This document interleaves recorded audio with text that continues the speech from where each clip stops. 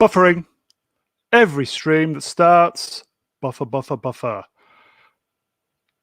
Very good. Right, here we go, everybody. Tuesday, 27th of July. I hope everybody is very well today. Hail to the chat.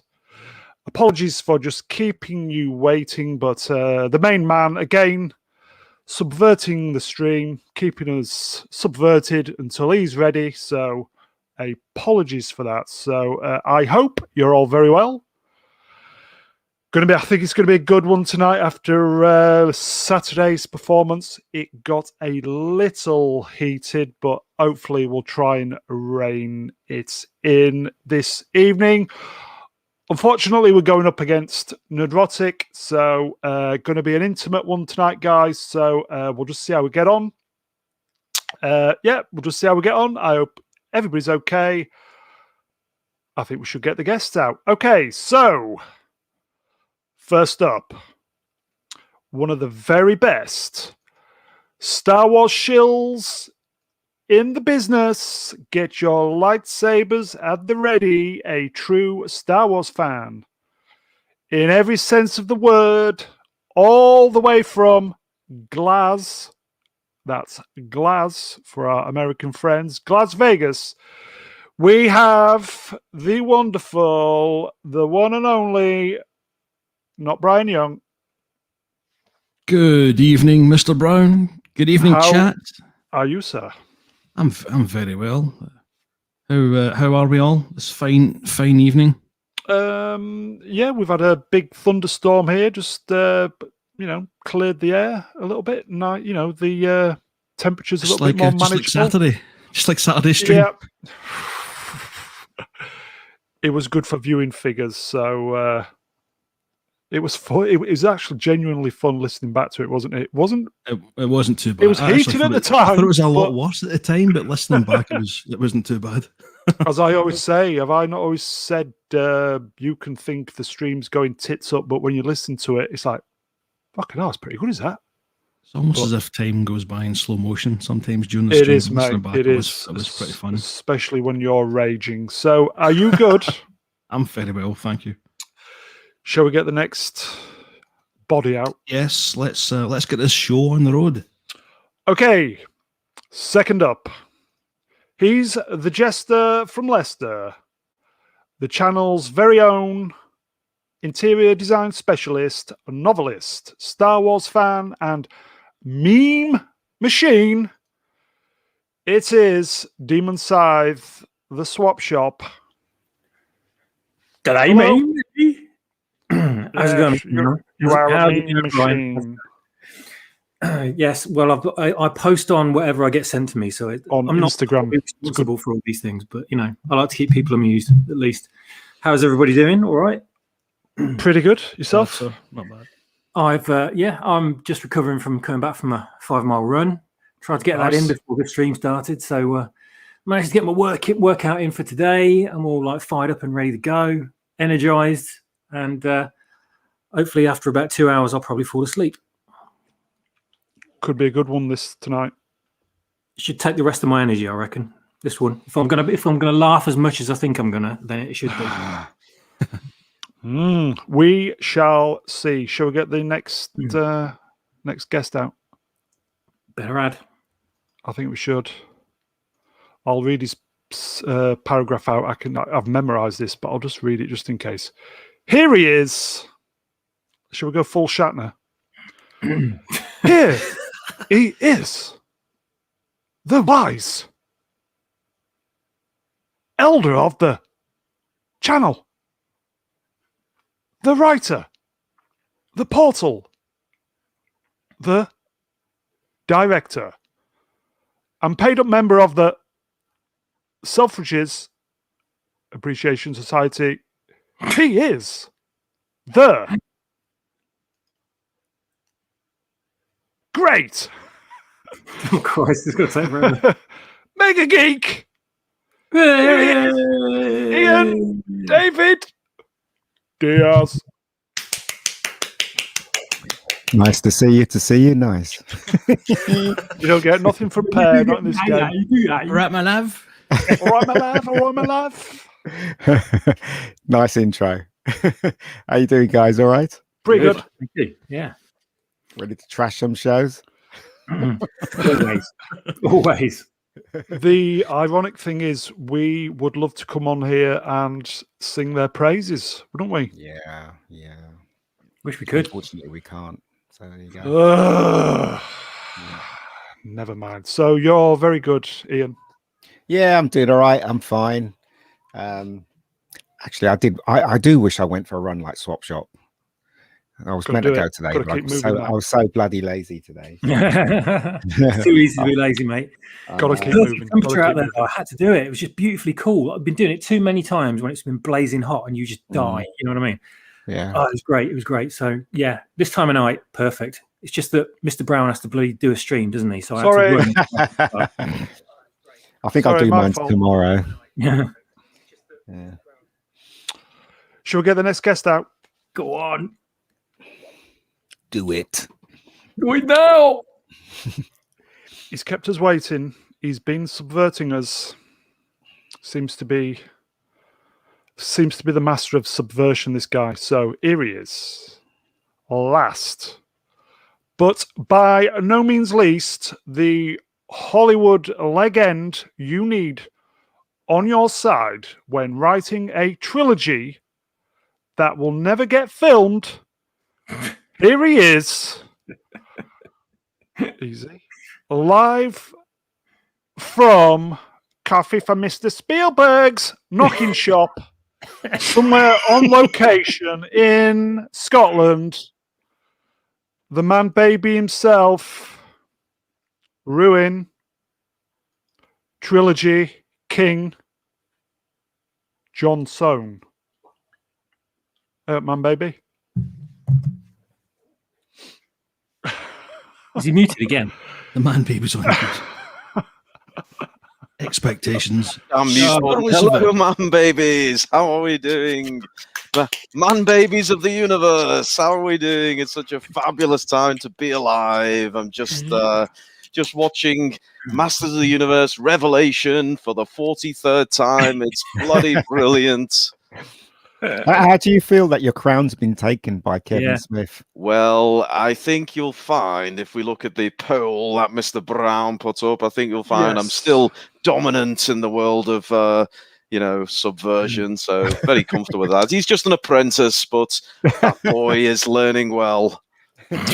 Yes, I will say the professional himself has just mentioned the poll in the chat. So if you, it's just a straight 50-50. Kevin Smith or the man baby, who's the subversion king. So if I remember, we'll do the results at the end. But I don't know about you guys. There's only one subversion king in my book, but we'll see. Yeah. Roundhead. So everybody is good. Can't complain. Yes. We are indeed.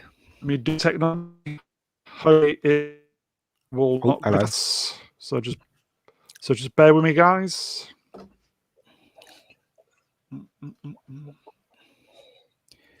Here we go. He needs the power of Grayskull. Come on, Doc. He's the power of something. Oh dear. What's the first picture? Battlestar Galactica. Right then, can you hear me? I can. Hello. Right. We okay. can. It's just my computer's so shite, and I'm having, as you know, internet problems, which doesn't help. So, but as we've said on previous streams, I think everybody's having internet problems at the moment on 10 minutes. Okay, so first of all, I just wrote a little sentence before we get going, just so I remember. So I'll read it verbatim. It says, "First, I would just like to say, on behalf of the panel, we love women and we love strong female leads in our entertainment. Hollywood seems not to be able to write good female characters, but there are exceptions." Is that okay? Fair enough. Can't argue with that. Just so we don't get the man haters on, assuming they'll watch, but I doubt it. But right, okay, so we will start. In a nutshell, I went through certain kind of franchises or TV programs or films that have been kind of side railed or knocked off course or just gone 180 degrees over the last 15, 20 years. And I thought it'd be an idea just to kind of ease ourselves in with Battlestar Galactica. Good one. The main point is a few of the male characters from the 78 version were gender swapped, were they not, Matthew? Gender and sometimes race swapped, yeah. Yeah. And everybody was up in arms about it, weren't they, at the time? This was 2004. And obviously Ronald D. Moore, coming off the back of Star Trek, with his work on Star Trek, he wrote this for Sci-Fi, did he not? It was for, Sci-Fi Channel, you're right. And I know that you're a very big fan of this, like myself, aren't you? Do you want to maybe tell the peeps in the chat, what they did with some of the characters in this? I'm just trying to remember which characters they did switch around. It was Starbuck. Starbuck and Boomer, wasn't it? Yeah, and Boomer. Boom was gender swapped to be an Asian woman. Yeah, and I'm not sure how big a part, because the original Battlestar was such a long time ago for me. I'm not sure how big a part Boomer had in the original series, but she, because of the nature of the plot, the overarching plot that went for 5 seasons, she played quite a big part in this. But the idea behind the show is very different to the original series. So certain characters may have been character in name only, if you know what I mean. Yeah. So we were kind of occupying a space using that character's name rather than being that character. I'd say Starbuck was still that same character, but she was very different. And obviously a female character, female pilot, which was kind of subvert expectations a little bit there. We're all used to Battlestar being full of guys and guy pilots because it was primarily, I suppose, in the 70s, again, a boys' own show. Yeah. So most of the characters were going to be male. And I was very skeptical when I first heard about this race and gender swap back in 2004. And I didn't watch the season. I didn't watch the show actually for the first 2 or 3 years because I just wasn't interested because they changed it too much. And I thought, I can't stand it when things get changed. That was a long time ago. And it was only from a friend telling me how good it was did I decide to sort of dabble and watch the first season. And I completely ate all my cynical words and utterly loved it from beginning to end and loved what they did with the characters. I think with someone like Ronald D. Moore at the helm of the show who knows what he's doing, race and gender swapping can be perfectly well implemented. It just needs to be someone with a good head on their shoulders that can do something like this. Otherwise, it's just tokenism. And they did so well with this show. And it really did diversify the cast in a really good way. It sort of added a lot of variety on screen.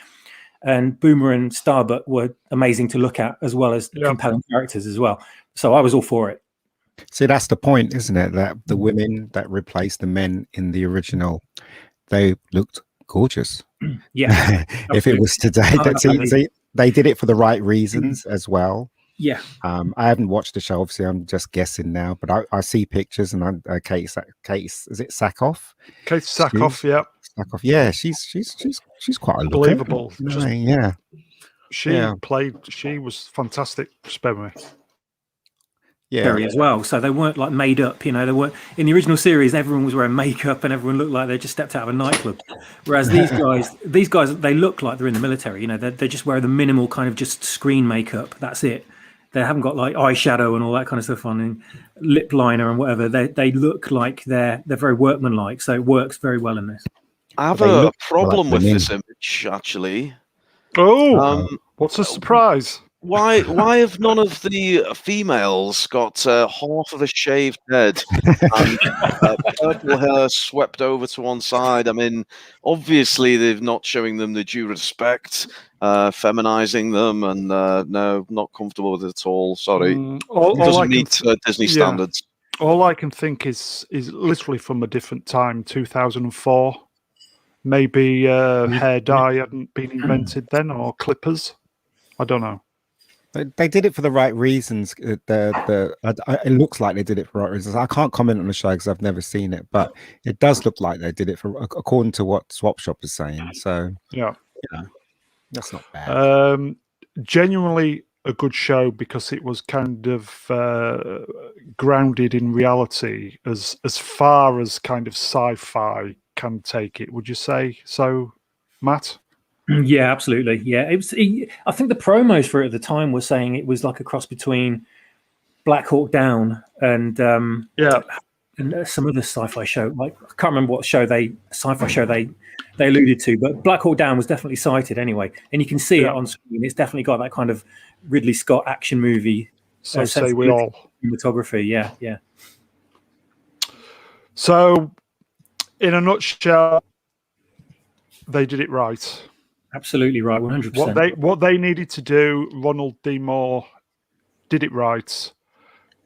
Great actors, great stories. Yeah, great writing. Good looking women, yeah? Yeah, fantastic visuals. Yeah. Everything they got right. The effects were great as well. It was very grounded, even though it was sci-fi. I managed to get people into this show that didn't like sci-fi, and they utterly loved it. Yeah. Did Katie Sackhoff go off to star in the A-Team then after this? I don't know what she was in after this. Yeah, you didn't get. Oh wait, I'll give you. No. Just for the folks at home, the Mega Geek is here all week. Exactly. Okay, so shall we move on? So again, I think everybody in the chat has got nothing but praise for this program, and for people in the UK, it is available to watch on BBC iPlayer for free. So if you haven't seen it, prioritize it. It's better than anything that you'll find on TV at the moment. And probably not from Masters of the Universe, of course. Yeah.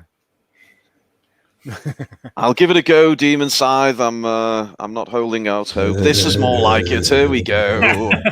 Here we go. Ruin, tell you what, you start. Do you want to start on this? Well, I'd love to, because I was a big fan of what they did in this movie. Obviously, it's based on an old 80s movie full of old toxic males, and there was a need to refresh it and bring it up to the modern day. And yes, they basically feminized the whole cast. They turned Thor into someone's bitch. You can see he's been minimized on the background. And yes, basically, they just give us this fantastic femme fest. And for some reason, I don't know, the fans didn't appreciate it. I think the critically, as far as I'm concerned, masterpiece, but sort of financially and in every other way, a rather large turd. But anyway, Leslie Smith, we love you. You're the most hilarious person ever. And the other fat bird at the top, can't remember her name, but Kristen Wiig, all brilliant. You mean, Ron? And Pink as well. Yes, but yeah, body, sorry. Yes, we'll edit that bit out later on. We'll fix it in post. But yes, I think probably the finest movie until 2017's Last Jedi. So there we go. That's a big statement. Wow. Not Brian. Do you want to say a few words? Thankfully, I still haven't been poisoned by this film. I've managed to avoid it. Well Matrix done. style. Well done. Well, mate, same here. I've not seen it. I don't think I've seen it. Go on then, Mega Geek. What do you think? It was awful. It was awful. The thing about it, the reason why it failed was because of the fact that they didn't treat the actual concept properly. They were too concerned about showing strong women in power. Mhm. The mistake. Look, if you look at the original Ghostbusters, yeah. If you look at the original Ghostbusters, the actual creatures in it were very scary, especially that huge dog thing. Yep. And all the monsters were scary. In this, all the monsters were not scary at all. And the comedy was a very unique blend, especially with Bill Murray and Dan Aykroyd. In this, there was no comedy. They tried to make you laugh, but I didn't laugh once in this at all. And they copied the storyline, of course, but it still didn't reach the heights of the original film at all. It's just a huge failure from start to finish. It wasn't funny. It was a bad idea. And the director's an idiot. There you go. That's my review. Just quickly going back to Battlestar, Darius Munchausen Hale, BSG made Katie Sackhoff's career. It did. Absolutely. Swap Shop, have you seen Ghostbusters? Yes, I have. And all I can remember off the top of my head from it, because I tried to blank it from my mind, was the big white bad guy ghost at the end getting shot in the dick by all the women. No. Fantastic. Would you like to read out MC, because I know he's a friend of yours, his comment? Can you see that? I'm going to stick my neck out and say, this wasn't as bad as I was expecting. Christ almighty, what were you expecting? And then he says, and I probably would agree with this because I got kind of a soft spot for her as well. She wasn't funny. That's the problem. None of them were funny. Yeah. And that bit where I can't remember the big black woman's name, where she was slapping Leslie. her and saying, "May the power, was about the power of Christ compel you." That wasn't funny at all. It was pathetic. And to treat all the original Ghostbusters like the way they treated them, it's just they had most of the people that was in the original Ghostbusters only as guest star appearances, not even as the characters that was in the original Ghostbusters. And also, let's not forget they advertised it. It's a bait and switch again. Advertised it like it was a sequel to the original film, but it wasn't. Try and drive us fans of the original Ghostbusters towards this trash. I think they got in there before Ruin did anyway, with the old elevating women and demeaning the men. So they were pioneers in that respect. They still won't admit that this film is a turd. None of them. The people that are involved, the media won't admit it, But it is. It's a huge pile of steaming turd. That's what it is. If you drag them to the toilet, right? If you drag them to the toilet and told them to look into the bowl and said, before I flush, tell me what that is. Let's say it's a Fabergé egg. So you're not a fan of it then, Matthew?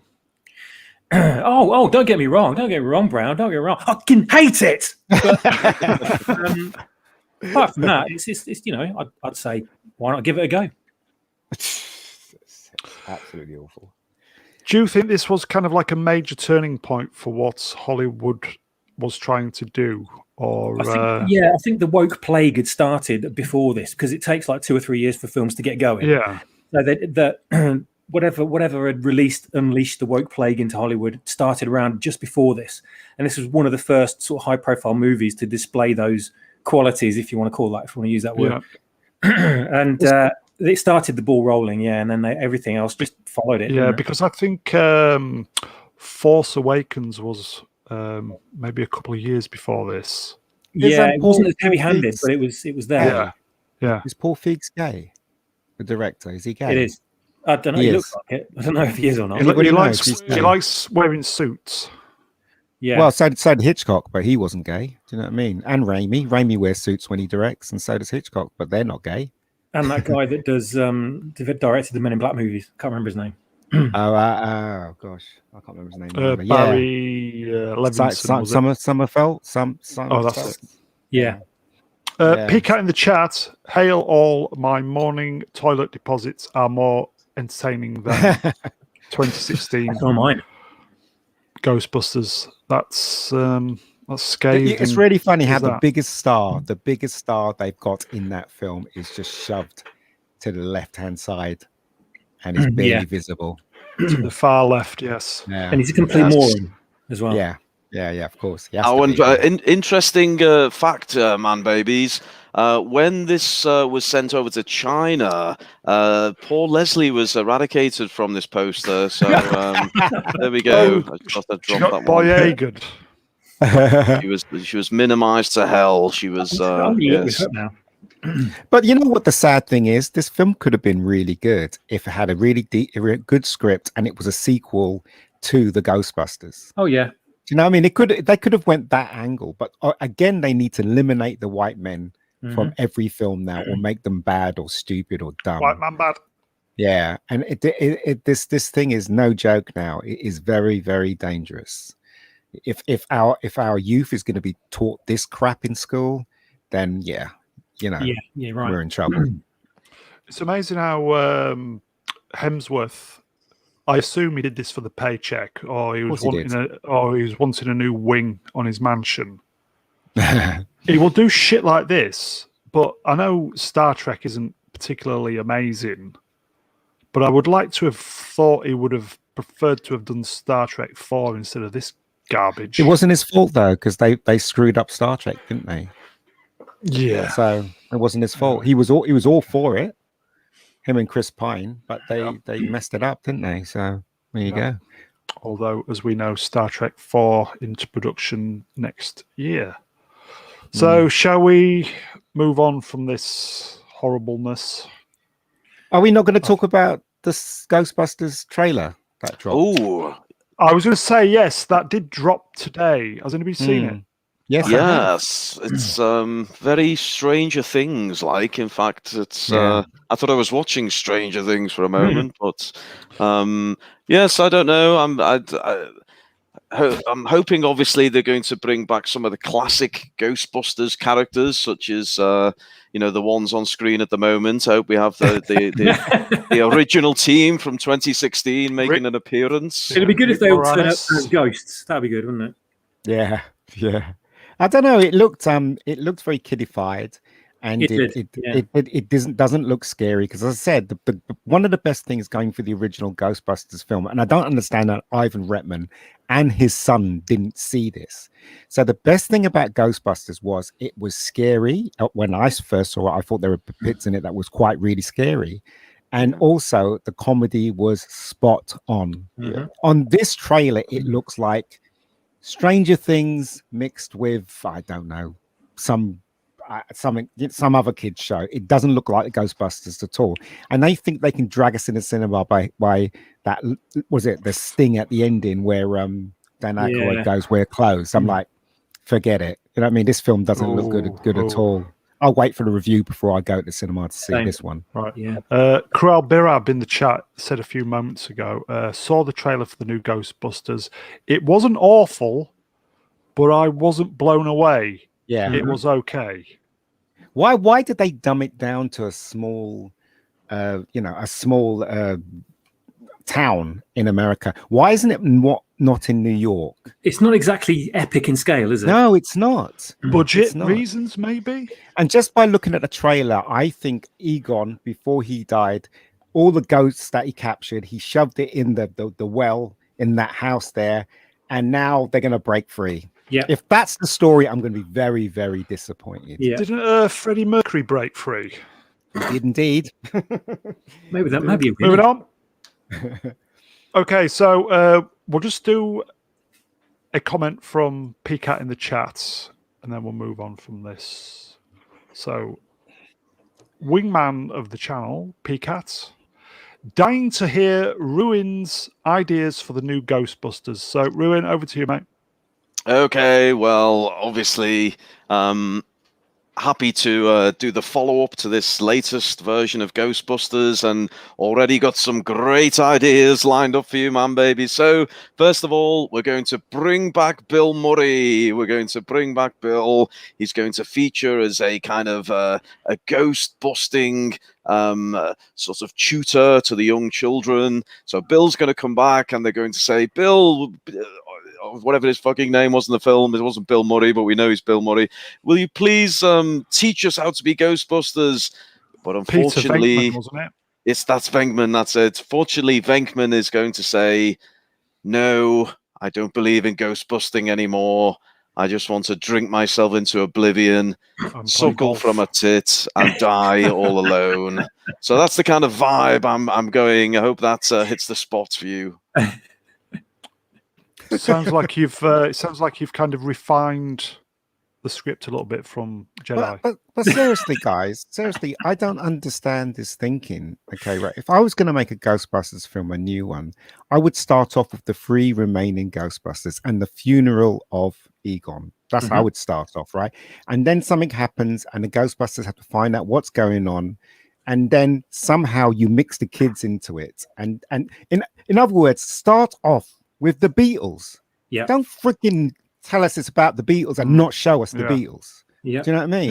Yeah. It's not rocket science. What is wrong with these people? So if I could drop the rumor mask for a moment, what you're describing here is almost what they did with Cobra Kai. You know, that kind of way of still utilizing the old characters, but introducing the young characters, intertwining the two, respect to the original, slowly bring through the new characters. It can be done. I don't know why Hollywood struggles with it so much. Something for everybody. Yeah, and also, right, make it scary, because if you're aiming for the kids love to be scared. They love to see blood. Yeah. You know, They also want to see a film that they think is too old for them as well. That's right. That's the whole key to making a kids film. Yeah, you're making a kids film for kids. It's just not going to work. You need to make an adult film for kids, basically, which is what the original was. Yeah, exactly. Agreed. But they won't do that. They will never learn. Well, no, I don't think they will. Maybe one day when it's too late, but who knows? I still think that Jason Reitman is the wrong person to direct the new Ghostbusters, because it would be good. Yeah, it would totally. be good yourself. Well, of course. Of course. Now, I think who's the guy who directed Hot Fuzz? I keep forgetting his name.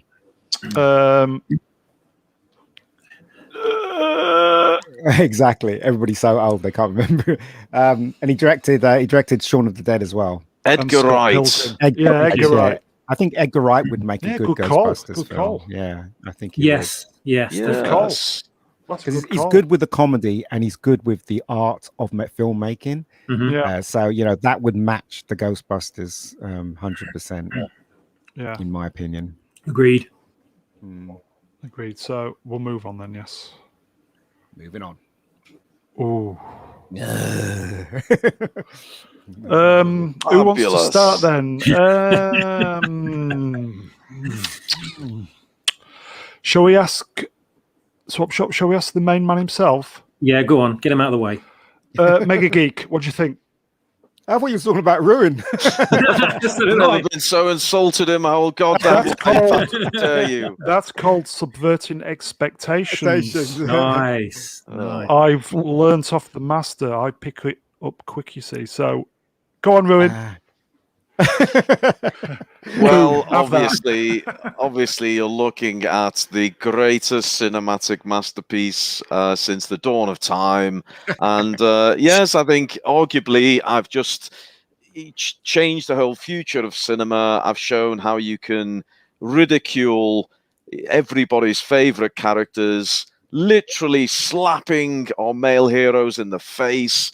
How you can make women look strong, but not by developing their character, but by putting down the male characters.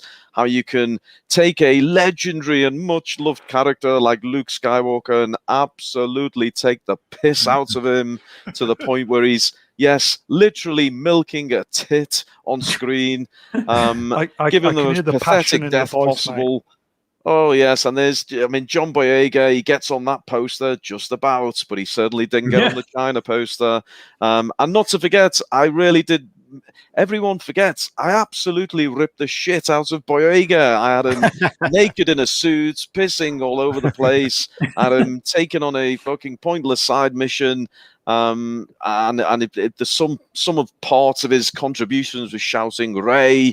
Princess Leia was in a coma for half the goddamn movie, and I think all round I just managed to just show Rey as being this fantastic, strong female, zero training, Bestest ever. maximum power. And yes, I do think now we've set the watermark and the litmus for all future movies. So you're welcome, man, babies. There we go. I even hate the poster. I just poster sucks. I despised all of them. They were just dreadful. I don't know what they were thinking, really. It's got something in common with the Revelation poster as well. It's this film is truly awful, right? I remember when at see Force Awakens again. I bought tickets for my friends. You know, got up 2 o'clock in the morning. Are they still your friends? Yeah. That's Oh, yeah. okay, it's all right. Yeah, and we were so excited, and we went in there, and we came out perplexed. That's to put it mildly. After we saw Force Awakens, because I was perplexed because Luke wasn't in it, and Han Solo had divorced Princess Leia and all that shit, and I was really upset about what they did with the characters. But then we didn't know what was truly happening then, so we were puzzled. We were just hoping the second one, we're gonna see Luke, kick ass and all that. Then we come to the second one, and it was just we knew from the second one what they were doing to Star Wars, and I had to be forced. I had to go with my sister. I didn't want to go and see the third one, but my sister wanted to see it, and she begged me to go with her. I went to see it, and I just thought it was just the worst thing I've ever seen. So this is a tragedy. I will say at the time when I watched it, I knew it was poor, but I couldn't quite grasp. Yeah, I couldn't quite grasp why it was poor. It was weird, wasn't it? You couldn't write a lot of films are bad. You can walk out from it or switch it off, and you can just think, "What a load of bollocks that was!" Not really saying much else about it ever again. Never watch it again. Never recommend it to anyone. But this, it was just, I don't know what Ruin did, but it was something nefariously special that made it unquantifiable how bad it was for the first couple of hours afterwards. And then when you actually had time to ruminate and digest it, then that's when the shit really hit the fan. Yeah. If you look at if you look at Star Wars, okay, right. So basically, you've got the heroes, you got them. Something happens and they lose. It's the basic plot, and then they blow up the Death Star, which is like everybody cheers. And the one I always go to, the one film that I enjoyed immensely, even though it was corny as hell, was Rocky III. You knew exactly what was happening in Rocky III. You knew what was going to happen. Yet that ride was amazing. When you went to see Rocky III, you were cheering Rocky beating the crap out of the guy at the end. It was for the audience. It really was. And then when you come to something like this, okay, it really is a truly awful movie. It really is, right? And I don't know what's happening in films these days, but they don't want to have the audience enjoying anything anymore. No, they don't. At all. Right. Yeah. Makes no sense to me. At the time, I remember I had a work colleague who saw this film on IMAX, and he said it was, to quote his words, fucking amazing. Best thing he's ever seen. And then he changed his tune a few months later when he started. Yeah, because as I said, I knew something was wrong with this, and I'm probably thinking a lot of guys in the chat would probably think something's not quite right, and I just can't place my finger on it. But obviously, as people wake up to what's going on, it's just so blatantly obvious, isn't it, Ruin? Well, first of all, let me just address some of these goddamn points you're all making here, because I've gifted you one of the finest movies. But look, whatever you want to say about Luke Skywalker and everything else, don't forget the biggest fuck you was to JJ, because there's no way anyone could make a goddamn follow-up to that movie. I made sure JJ had absolutely nowhere to go. I was purely serving my own goddamn ego. And yes, it was the most, I will concede, it was really not made as a middle movie in a trilogy. I put a firm book stop at the end of my movie. And yes, sorry about that, JJ, but I know we're not friends. So I take it you two have not made up then. No, well, I should have got the whole 3 movies, so I'm still pissed off about that. Yeah, is the new trilogy is not going to happen, is it? On 40 minutes, it's not going to happen, is it? Look, it's still in discussion. It's only been 4.5 years. These things take time, so it's. I'm now just worried Kevin Smith's going to get a goddamn trilogy before I will. So It looks like he's going to get one. PCAT in the chat. People don't appreciate how Ruin is the cream filling in the new trilogy Oreo, which is the best part. thank you, P-Cats. I take it PCAT's got the tickets to what you call it, Star Wars World, or whatever it's called. P-Cat, your tickets to Star Wars World are in the post. Well done, PCAT. Galaxy's Edge it is, Mr. Brown.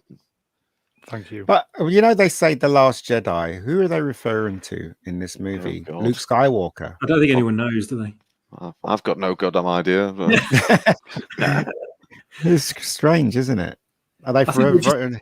They just threw words and made titles out of them. It's like this. It's like the next movie, isn't it? When Kathleen Kennedy was asked what the title of the film means, and she just openly said, "Well, it doesn't really mean anything."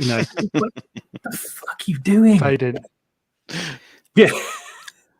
I was telling everybody that we should retcon Kathleen Kennedy. Anytime you see a post with her name in it saying executive producer or What producer, did I do at the beginning of the... you should strike it out with a pen and write coffee it- maker. That's what Yeah. you should do. Let's did I retcon not- her history too.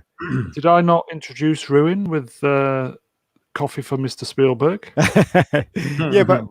but Ruin didn't do the job of Kathleen Kennedy. Kathleen Kennedy she's always credited as associate producer or executive producer or something like that, and everybody in the film industry knows that that's a meaningless title. It really is. So really, she was making coffee. Let's retcon her history. Coffee should for always Mr. on it. Spielberg. Yeah, she retconned that one of our favorite things. So get are that. we? So we're all agreed that it's a Marmite movie. Most of the panel hates it. One person loves it on this panel. Yeah, San Andrew in the chat, you can see he's got some very intelligent thoughts. So thank you, Andrew. I'll just put that back up. There Shall we we? go. Like Marmite, can I just say, just like Marmite, it's very difficult to get off your fingers once you've started eating with it. Just like when you take a really messy shit. Oh, no. Oh God. Oh no. PCAT says the genius of Ruin calling it Last Jedi is now when people just say they liked Jedi. It doesn't automatically mean Return of the Jedi. There we go. See? Yep. Have that. Well, Return of the Jedi means he returned.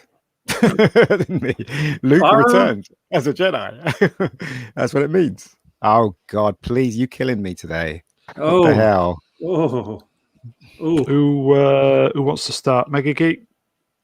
Well, again, what can I say about this TV show? This TV show is absolute bollocks, isn't it? Let's face it. It is. It's absolute bollocks. It is. I mean, this woman had caused a war, and they reward her with War criminal. captain of the whole of the was it Federation in the last season. This woman has thousands and millions of people, well, billions across the universe have died because of her. You see, this doesn't make any sense to me. No. And I don't understand why people watch this show, because it's absolute shit. It really is. I just thought, the Vulcan salute, maybe they should have done it with one of the fingers going to the other side, so it'd be literally leg in twos at us. Mm. Yeah. Yeah. Two in the pink, one it? No. I don't know. Yeah. It is absolute shit. I actually watched the first season and I thought to myself, Yeah, I did. yeah, it's all right. And then the second season went completely woke, and then that was it for me. I was like, no, this is just rubbish. Absolute nonsense. So I lasted 2.5 episodes of that show, and that was before I realised the kind of woke agenda. I just thought, who is this main character? Why is she so utterly detestable? Yeah. And that's before I started to, I knew it was crap. I didn't quite know why. It was season 3 where it went super woke. Really? Yeah. Not enough in season 1. Season 2 was the AI that's not quite an AI, and with Christopher Pike in it as well. It was entertaining, but it was complete bollocks. But season 3, I bailed. I think in second episode or third, it just It made me laugh. Up. I think it was season 2 that Burnham had the Iron Man suit. Do you remember that? The Red Angel suit. Yeah, the Red Angel suit, and then instead of getting on the ship and flying through all that debris, she decided to fly in the Iron Man suit. How stupid is that? Yes, why didn't she just climb into the ship, stupid woman? See, things like that doesn't make any sense to me. Bad script writing. I will say there were some very nice. I thought there were some very nice moments in season 2. Not many. What moments were they then? I think the episode where they went back to the planet that had the cage. The menagerie of the original Star Trek series. Yeah. Christopher Pike. I thought, okay, passable. But the rest of it wasn't passable. It was just a big insult to the original, as far as I was concerned. The rest of it was bollocks, but I don't know. There's everything about this show I hated. Everything. As I said, first season was bearable. The second season was completely woke. Yeah. And the third season, I didn't even bother watching. Yeah, that's, as I said, that's when it went super woke. Yeah. Ruin, she's cute, though. Who's the girl that plays her? Burnham.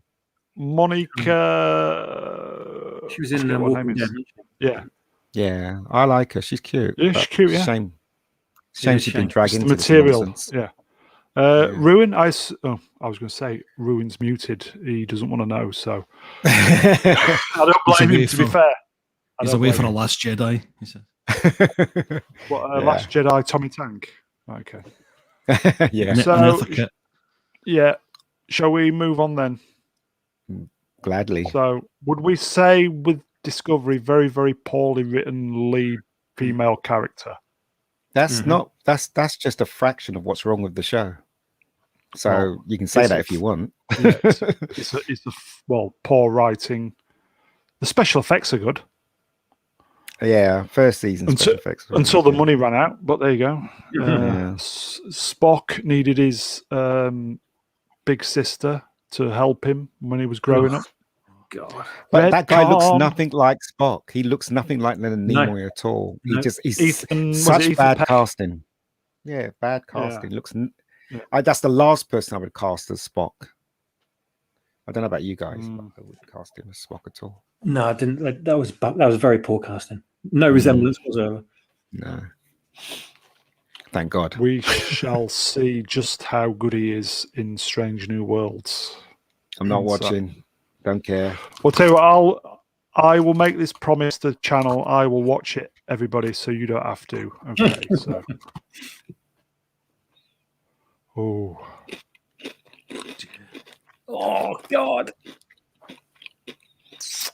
I think I Should we move on? vomited in my mouth, I think, just now. Right, look at the tagline on the top, space for all, like it was never before. I don't understand. I will just say I don't understand the full stops, or one of them, space. Shouldn't it be a comma? They're trying to make a statement, aren't they? And it's an obvious statement at that, so that's why they got the full stop there. This show is an abomination. It really is. It's like good, mate. Darius Munchausen. We'll just quickly go back to Discovery. Sonika Martin Green. Thank you, my friend. She's lovely. Shame she got dragged into that nonsense. Yeah. PCAT also. Burnham made Cyborg look good. Yeah. I never had a problem with Cyborg. I didn't. Nor did I. I didn't. He had a problem with God, though, didn't he? Yeah. He did. He did. Yeah, and we all know what does God want with a starship. Well, he wasn't God, was he? No. Burnham was God. That's what they were trying to tell us. Yeah. Finally found God. Andrew Barraclough, Doctor Who was and was the best thing on TV, if I'm buffering. I wouldn't agree with that. I really loved the show, but I wouldn't say it was the best thing on TV personally. I wouldn't. It was certainly not bad. Yeah, it was enjoyable. Yeah. Majority of them enjoyable. Yeah. Yeah. And this is coming from a Doctor Who fan. Yeah. Is there anything we want to say, or shall we just move on? I don't know. Brian, do you want to say, or have you not watched this show, Brian? I think I've seen 2 episodes of Doctor Who in my entire life. It used to scare the bejesus out of me when I was a kid, and I tried to watch it again in 2005. I think it would have been the first one with Christopher Eccleston. Yeah. And it was a bit, I didn't like it, so I've never been back. And considering what's happened to it over the last few years, I'm pretty glad I haven't been back. Yeah, you're not missing much. I saw the first 5 episodes of the first season of her run, and I can't say I hated it. I can't say I liked it or anything. I was willing to give it the benefit of the doubt, and I was just waiting for something to happen. I was waiting for that Doctor Who excitement, and it just nothing ever happened, and I was so bored. I just couldn't bring myself to download the next episode because I was in the States at the time, so I didn't have access to it. So I was downloading it as a torrent, and I just thought, you know what? I've got that fluff to pick out from underneath my toenails tonight. So, much better. Nice. I could get Luke Skywalker to do that for you if you like.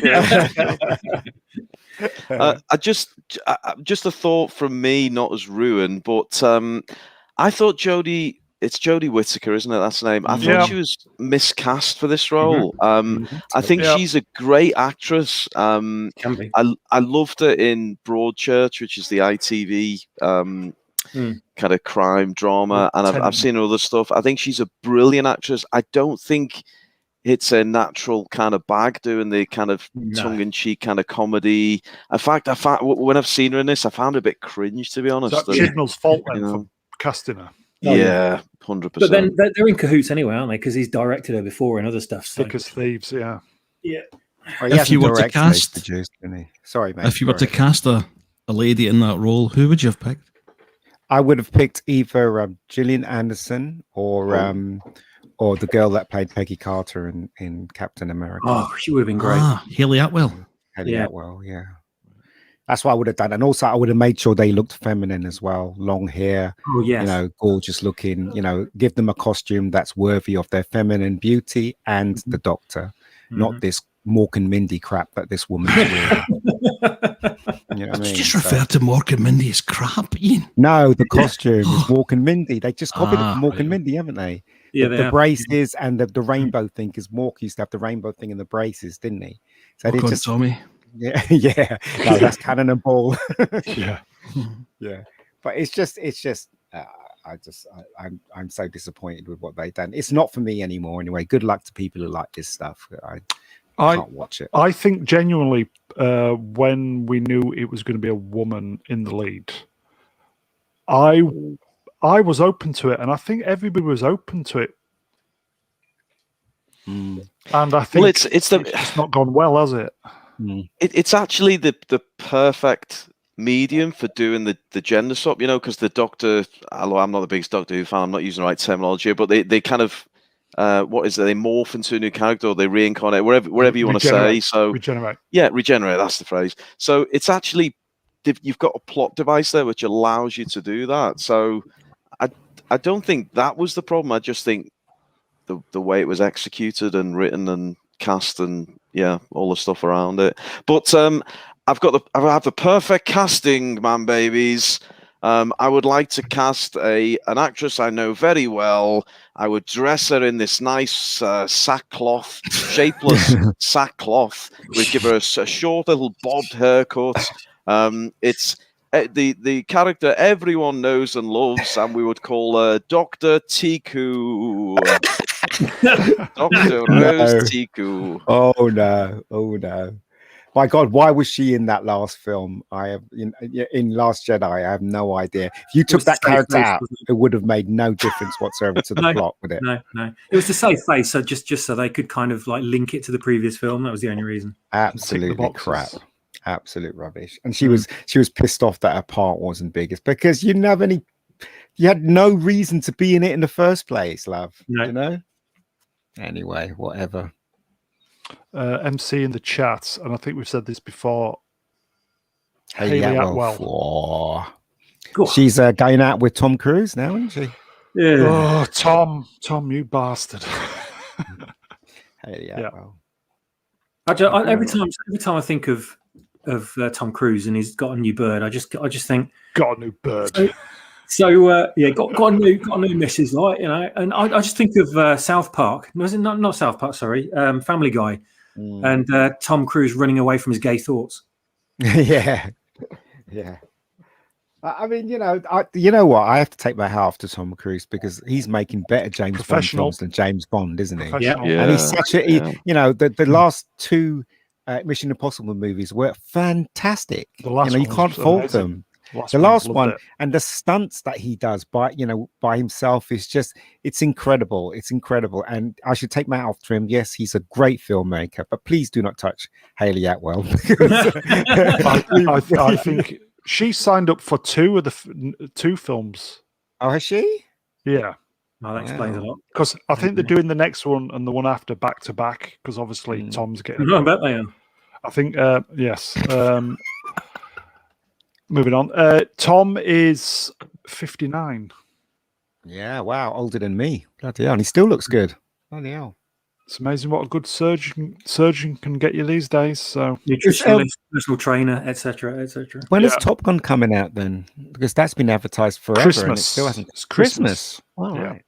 I hated the first one, so I probably won't be going to see this one. Yeah, didn't like it at all. But anyway. Right, okay. Obviously, Doctor Who has been doubling down big time this week, hasn't it? So, yep, it has indeed. I think it's dead, and it's the BBC that have ruined this, isn't it? It's not solely down to Chibnall. It's not only Doctor Who driving it. It's every production BBC does. I mean, I was so looking forward to War of the Worlds, and they were going to make War of the Worlds like the novel. And I was like, this is the first time they're going to do like the novel. And I watched it, and it was woke. Yeah, and my heart sank when I was watching it. I was like, is this what we're getting from the BBC? No wonder why nobody wants to pay their, the BBC things. Yeah, that first episode was actually quite interesting.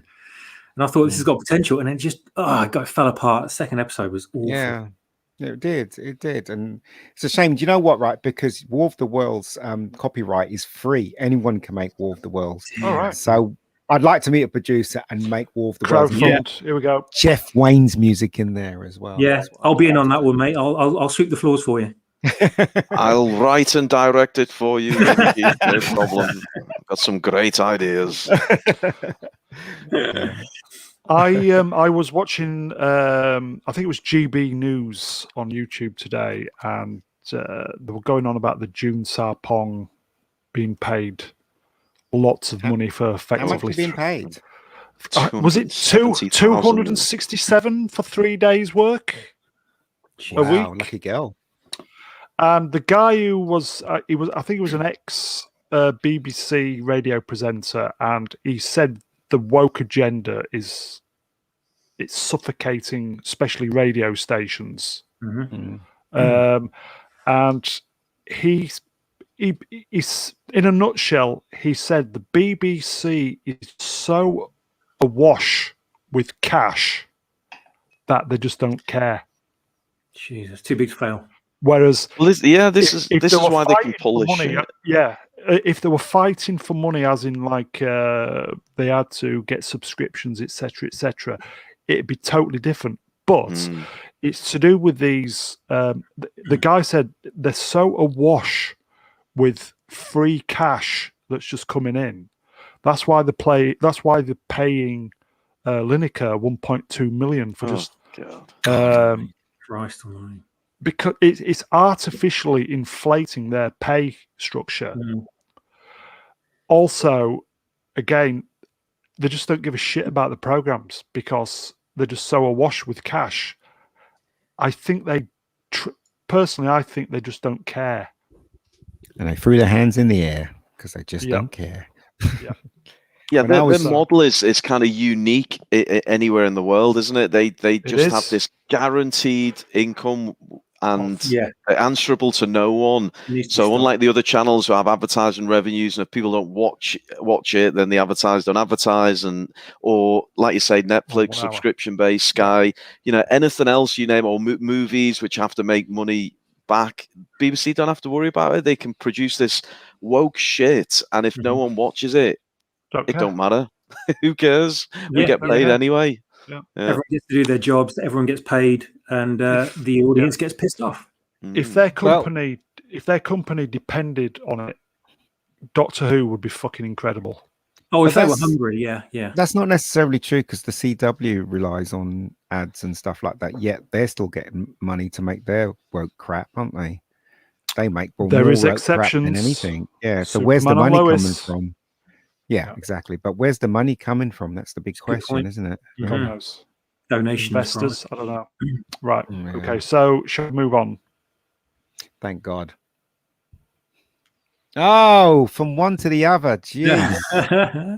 Oh, God, Lower Decks is it's just so awful, isn't it? What can you say? It's the same kind of character model as Discovery a little bit, isn't it? With they tried to make it funny, but it's not funny, and the main character is horrible. The white guy gets picked upon, and he's the butt of the jokes. Boimler, do you see a pattern emerging here? Yeah. I think I detect a shaved head and a swept across.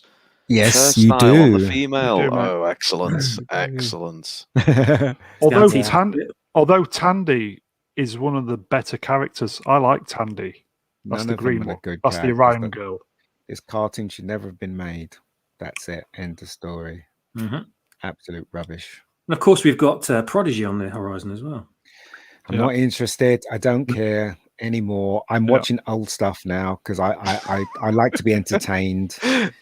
So here's a question: what is the cut-off date? What's the point? And I know it's hard to pin down, but what is the year where we can say anything before then is generally good, anything after then is generally shite? Because there must be a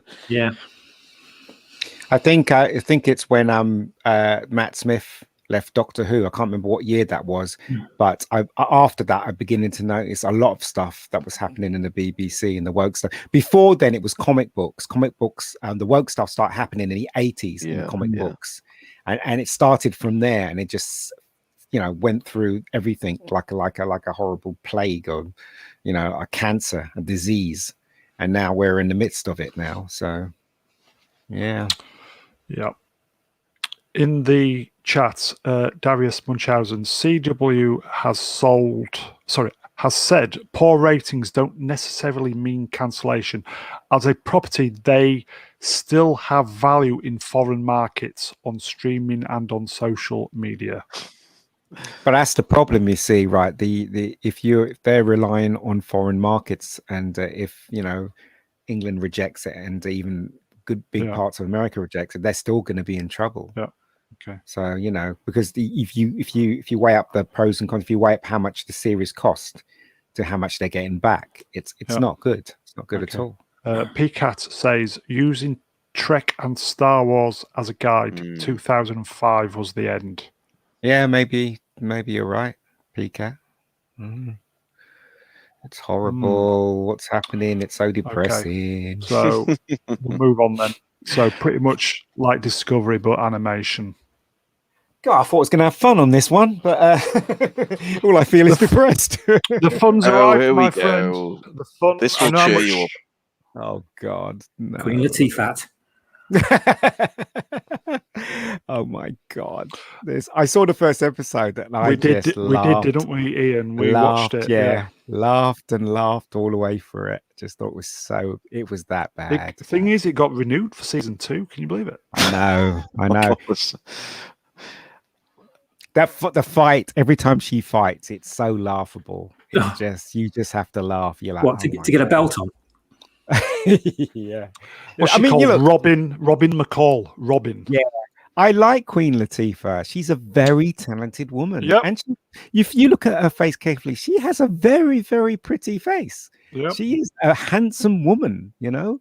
Why she got involved in this Attractive shit, is Lord the word. knows. Yeah. Well, of course you can say handsome woman. You can say that. Paycheck.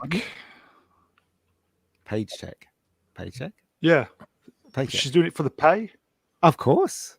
Of course she is. It's all about the money. Keep her mansion working. Yeah, I mean, I just watched on YouTube a few clips from the last Equalizer with Denzel Washington when he goes into that hotel room and he beats up all those. I don't think it was. I quite men. enjoyed that. Yeah, what a great scene that was. You know?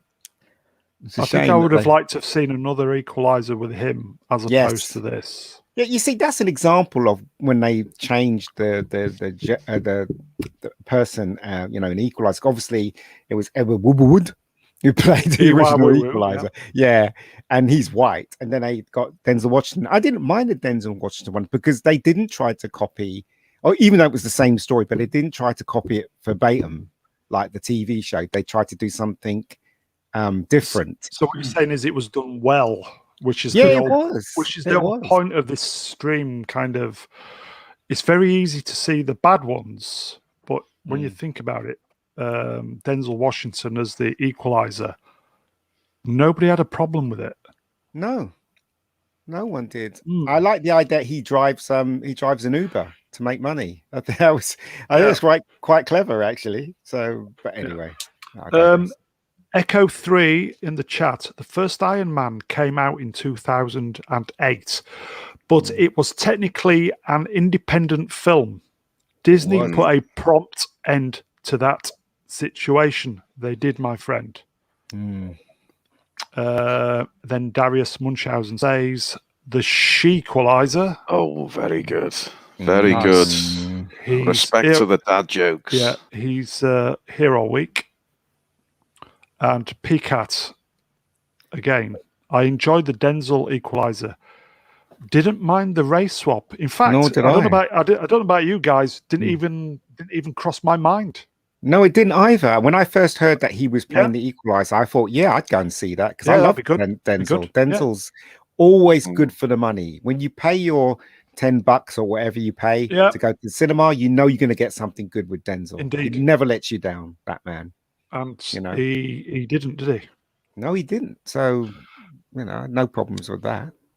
I think with the Denzel casting, it's just best man for the job, isn't it? And he just seemed a great fit. He's got the presence. He can kind of do the action stuff. He's got the charisma. He's just right for that part. So no one's really bothered. But it's where boxes are being ticked really, and it's not the right person for the job. Brownie, I hope you've got the Batwoman featuring Ruby Rose coming up. I'll be mightily disappointed if you haven't. You're going to be disappointed, mate, because we covered that on Saturday night. Oh, damn. Okay, I'll just Ginger side. The original Equalizer, right? Would right? You are. I loved it. In fact, I've got the DVD of season 1 up on my shelf right here, and I loved when it first came out. I loved it because I just loved the idea that this one man from the CIA was setting things right domestically on the streets. I just loved that idea where he would help people and not take any money from them whatsoever.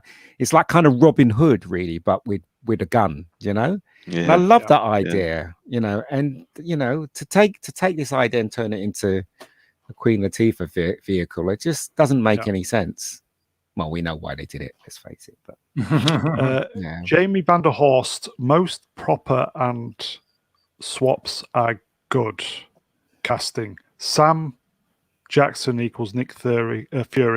Denzel equals Equalizer. Well, there is a story about Sam Jackson becoming Nick Fury. What happened was when they did there is. I think in the Marvel comics, when they did an alternate version of Nick Fury, the artist drew Sam Jackson. Mark Miller.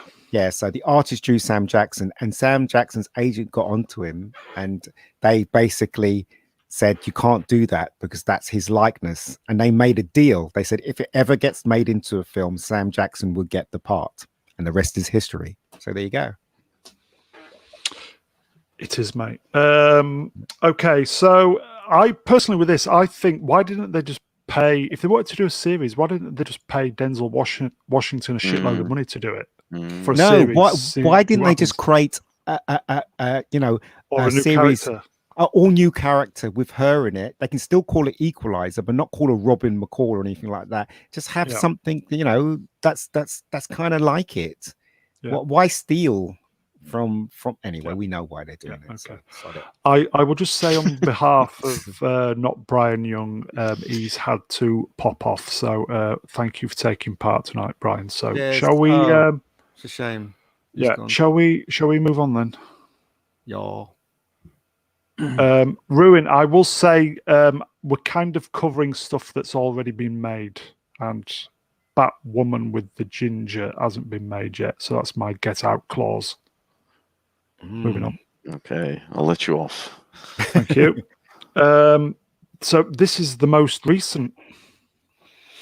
Who would like to start? Swappers, do you want to go? Oh my god. Yeah. Have you seen any of it? I've not. I've only vicariously sort of watched it through other people. Yeah. Talking about how shite it is. God, everything I've heard has been terrible about this. Absolutely terrible. She is actually supposed to be the Enchantress, which is a character I really like from the Marvel comics from the 80s, and she's nothing like that at all. She's like this bombshell woman who can bewitch every man she comes across, and she's not related in this way to Loki. She's not an alternate universe version of Loki. Yeah. So they're obviously bastardizing the Marvel, they're plundering the back catalogue and bastardizing it completely. And just from that alone, I want to stay the hell away from this show. But again, she's just been pushed in there just to make women look better than men and to demean the main character. And she said, I think she even says that she's a better version of him. And it's just Star Trek Discovery and Star Wars and Doctor Who all over again. They're all like they're reading from the same script, So I'm staying away from this one because I don't really want to put my head in a vice and twist it until my brain explodes. I think you said on Saturday that this writing ultimately is doing a disservice to these women. Yeah, it is. Yeah, I'm doing a bit of writing myself, and it's hard to actually write a compelling female character. And you kind of go back and read it, and you just think people are going to read this and think it's woke. They're going to think I'm pushing this woman over all the men. She's far too powerful. She's too elevated above everyone else. She doesn't suffer enough. She doesn't go through the hardships, all this kind of stuff. And it makes you second guess everything you're doing as a writer. And now you have to kind of put all these extra measures in there for a female character to make her not hateable, because automatically the default for people to read a story or watch a movie now and have a female character is for her to be instantly off the starting line, a completely derisable piece of crap. And we can see it in every single one of these IPs. And it's so hard now to write a decent character like Sarah Connor or Ripley or whoever, and or Alita. It's not. You've got to trust your instincts, Matt. You really have to when you write. Okay, and if you trust your instincts, you'll find that you'll be writing things that you want to write. Don't think about it too much. Just basically use your instincts. Because you know what I've noticed when I write stuff, that you get people. Look, you got to know what a good criticism is. This is just a small example of it. If somebody says to you, "I don't like that character because he's wearing red shoes," that's a crap criticism, because that's neither here or there. If he says to you, that character was in London, he walks through the door and then he's in Hawaii, then that's a good criticism because there's a fault there, right? But when it comes to having an opinion on what you're writing, I don't really give advice, but I'll tell you what I do. I always trust my instincts unless I find somebody tells me something that basically makes sense, that I'm going wrong. That's it. It's not rocket science, let's face it. Yeah. Good advice. And it's for free, everybody. Ruin, do you want to say anything about it before we move on to the main event?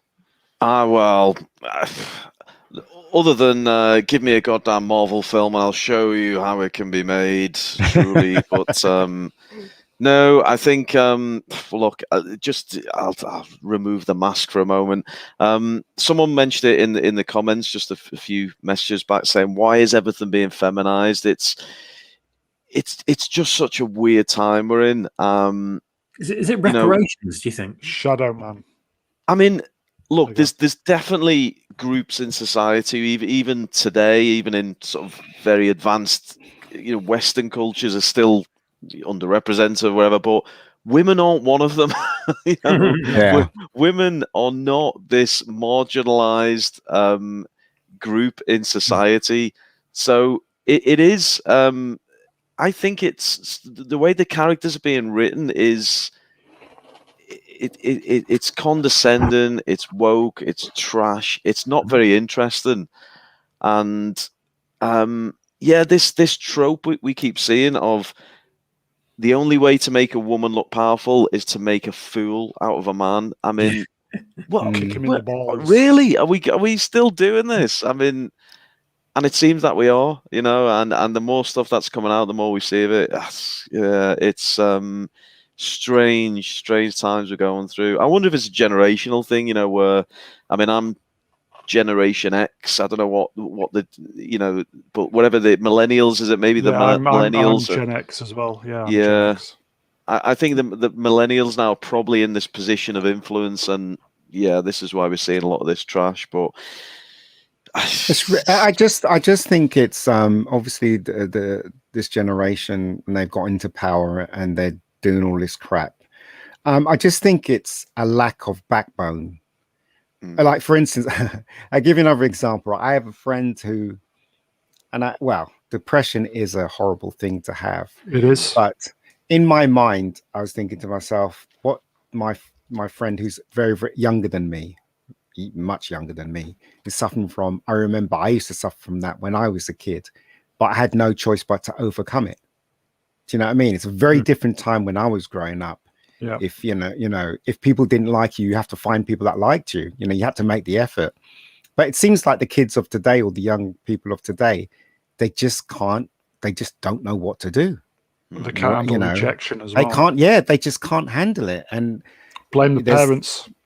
There's something to be said about the way we grew up. Where we had to face our fears and our struggle head on. Yeah.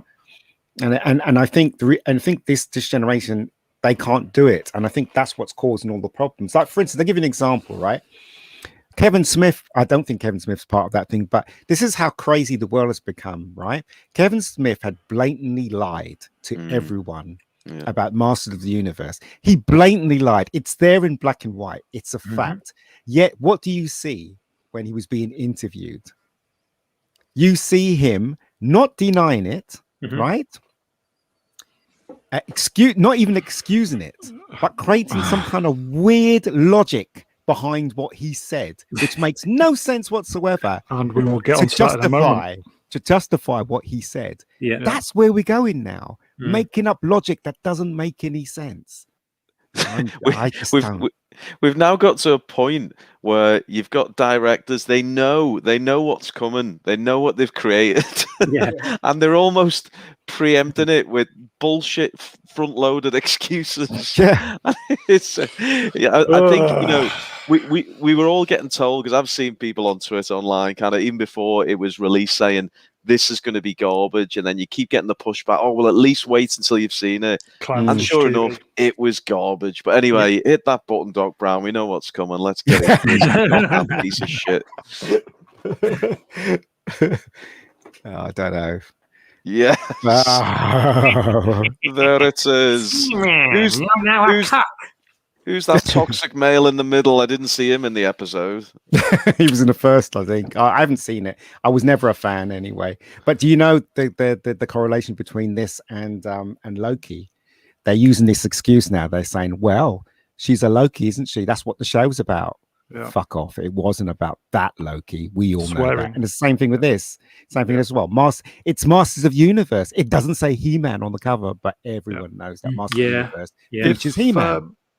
if I may, before we get into this, I would just say to everybody who's watching or is in the chat, press the thumbs up if you've not already done so.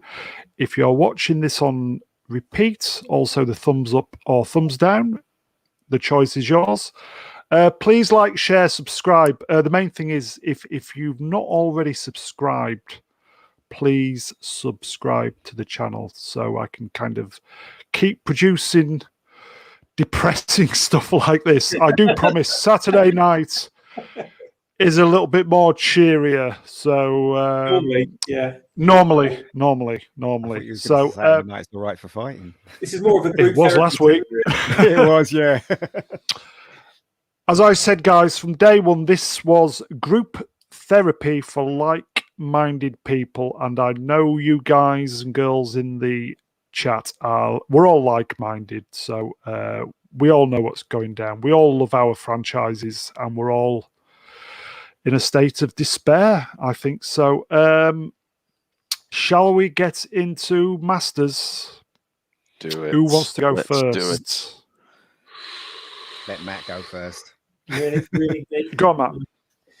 I'll tell you one thing, right? More than anything else, they advertised the toys for this like a month or so ago, maybe longer, around the same time as the trailer that everyone kind of went gooey over. And I was looking at the stills from the trailer and thinking, wow, this looks amazing. My God, this is incredible. It's so well rendered. Then I found out that Powerhouse, I think is the name of the company that did the animation, the same people that did Castlevania. And I thought, well, fair enough. Okay, so it looks good. Yep. And then I started looking harder, and I started seeing the cracks in the tapestry, and I just thought, hang on a minute, who's this woman with the side flipped Antifa hairstyle? Is that a woman even? Wait, that's not Tila, right? And then I look back at the pictures. No, that's Tila. Well, who the hell's that then? And then I could I know what they're doing. I know exactly what they're doing. And you could see they'd completely taken away and stripped away any feminism from the character whatsoever. Any feminism. So taking a tiara off, which is symbolized by her in the show, actually throwing it on the floor. You cut her hair. She's wearing a shapeless bodysuit where you can't see if she's got breasts or not. She basically looks nothing like the original 80s TV character at all. And they brought the toys out around the same sort of time. And I was looking at all the toys going, oh, there's Man-at-Arms, there's He-Man, there's Battle Cat, there's Skeletor, there's this character. Where's Tila? Why is there no Tila? What the hell's going on? Why aren't they showing us Tila? And which version of Tila are we going to get when they do sell the Tila figure? Anyway, finally, last Friday, they had publicity pictures of Sarah Michelle Gellar online because it was the day the show was released. And she was holding up a picture of her action figure. And of course, it was lesbian Tila, right? Yeah. And immediately I just thought to myself, yeah, of course, you wouldn't show this months in advance because you don't want people to think this is going to be a bag of shite and it's going to be helmed by a woman with a side flip Antifa hairstyle who's going to be demeaning all the men. You know, you put a character like that in there and show a crap design, people are going to see the line and just think, what the hell is this? So they purposely kept all the trailers with her in it to a minimum of her central place in this show. They've kept it to a minimum in the trailers. So it's been a complete bait and switch, not only with the promotional stuff, but also with the merchandise, also with the toys. And the original Masters show was created for the toys. It was created to promote the toys. And this is kind of the other way around. It's gone backwards. So the toys have been created because people might enjoy the show. But as we've seen by the Rotten Tomatoes score and the amount of dissent online, people are not enjoying this. This is produced by Mattel, isn't it? They've got a hand in it. Yeah, I think they might be financing it in some way. Yeah. They're the manufacturers. Yeah, I don't think the original people that created the first show are involved in this, though. It's just the manufacturers. Okay. So obviously they've got a financial interest in it. So they haven't shown the Tila action figure at all for the entire lead up to this show because they knew people weren't going to buy it. They knew people were going to start asking questions, and it's just added to the whole bait and switch situation. And it's just completely disingenuous, completely ignorant, and completely disrespectful of the franchise and the fans and the people that follow it. And that's pretty much all I've got to say on it, to be honest with you. I think you did pretty well, to be fair. Yeah. Ruin? Do you want to? Yeah, I'm loving these some of these comments in the chat. I know, by they the are way. very good. Yeah, very good. Arms, yeah. Nice. Dad Yeah. joke. Massive arms. The power of estrogen. Yeah. Yeah, it's very good.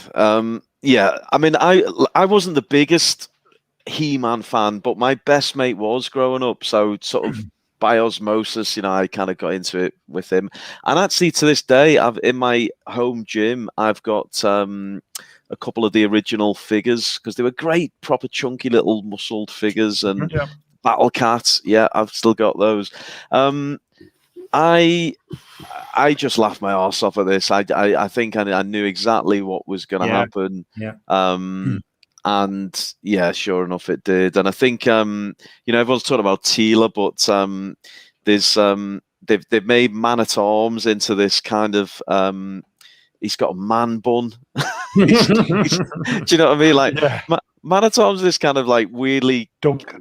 Yeah, kind of not camp, but I don't know. It's like a comedic figure, but they could have done something around that. But yeah, they've given him a man bun, and there's actually one scene where he's kneeling to Teela and he says, "I beg your forgiveness." They've just destroyed this guy. Well, look. Spoiler alert, folks! But hey, you're not missing anything. It's absolute shite. I've pirated the one episode. Am I allowed spoilers, Doc? Are you giving me the green light? Yeah. If nobody's watched this, I envy you. But there is spoilers coming up. Spoilers are coming. Spoilers, okay, everybody. Well, basically. In a way only Ryan Johnson could be proud of. He-Man gets shafted in the first episode. Literally and metaphorically. He gets nailed from behind by Skeletor, killed, in the very first episode. Saving the universe, by the way. Yeah, and it becomes the T-Law show. So it's an abomination. It's the thing and I'm surprised at maybe I'm not surprised at Kevin Smith, but it is age. He should have realized that there's a huge generation of fans who grow up with the original, and a bit like Star Wars. It's happy memories, childhood, nostalgia.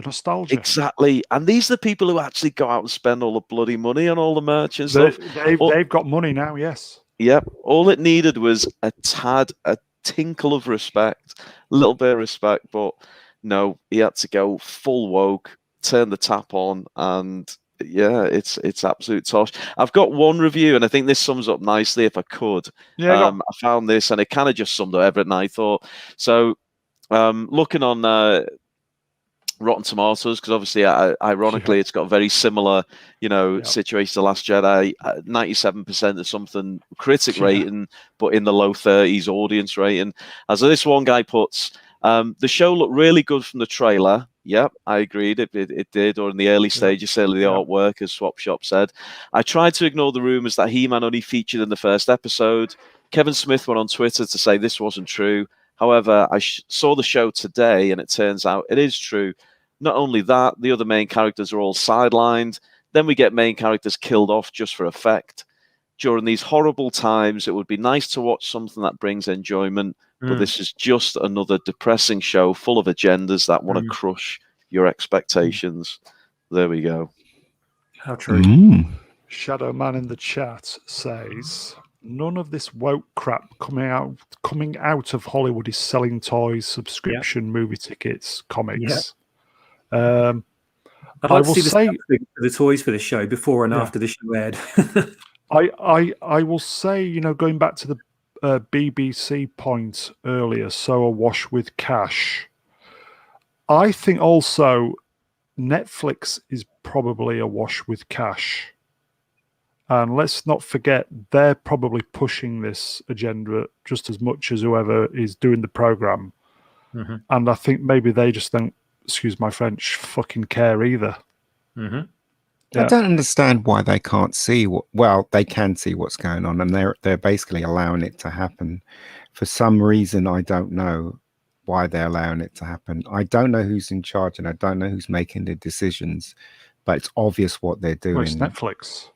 Yeah, but Netflix should be ashamed of themselves. Yeah. I think They really should. personally, everybody should unsubscribe to Netflix and hit them where it hurts. Yeah.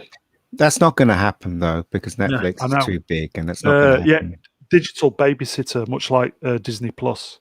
So I was trying to explain to Noel from the TARDIS Zone about, because he liked Loki, and I was trying to explain to him how reason why I found Loki, you know, insulting. So I used this analogy. I said, say you're watching Columbo, right? And Columbo has a partner in this one episode. And all the way through the episode, this guy's finding all the clues, and Columbo is totally, totally clueless.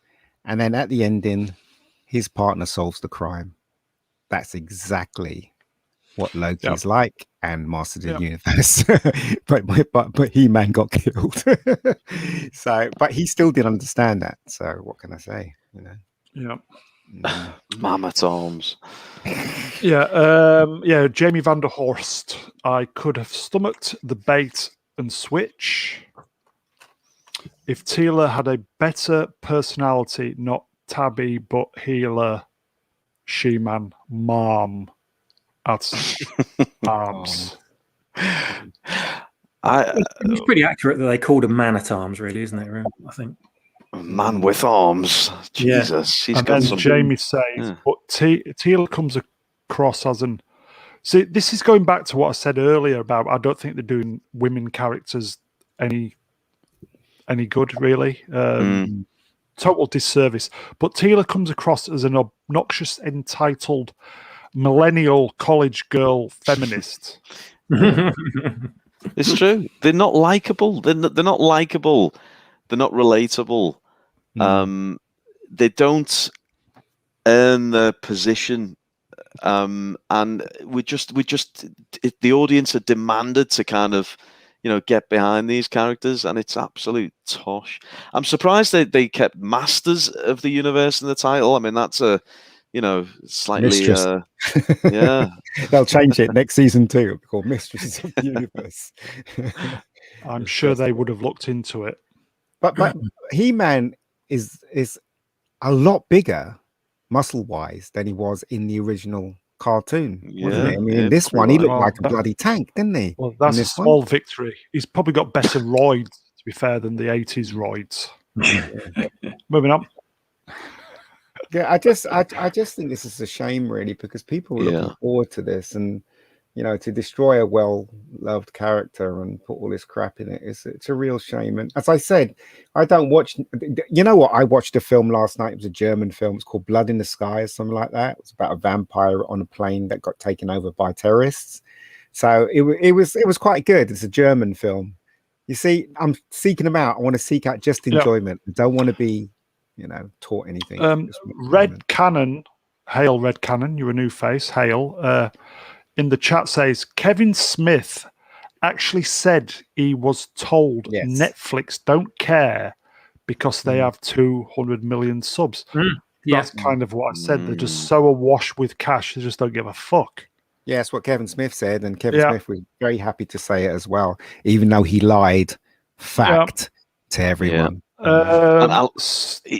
He's come out fighting as well, really, hasn't he? I mean, he is doing a full Ryan Johnson. Not only is it being called the new Last Jedi, but it's he's starting to kind of get into it with some of the critics, some of the fans who dare do anything but love his work. But one of the things I found most ironic is he was quoted as saying, "Fans need to grow the fuck up."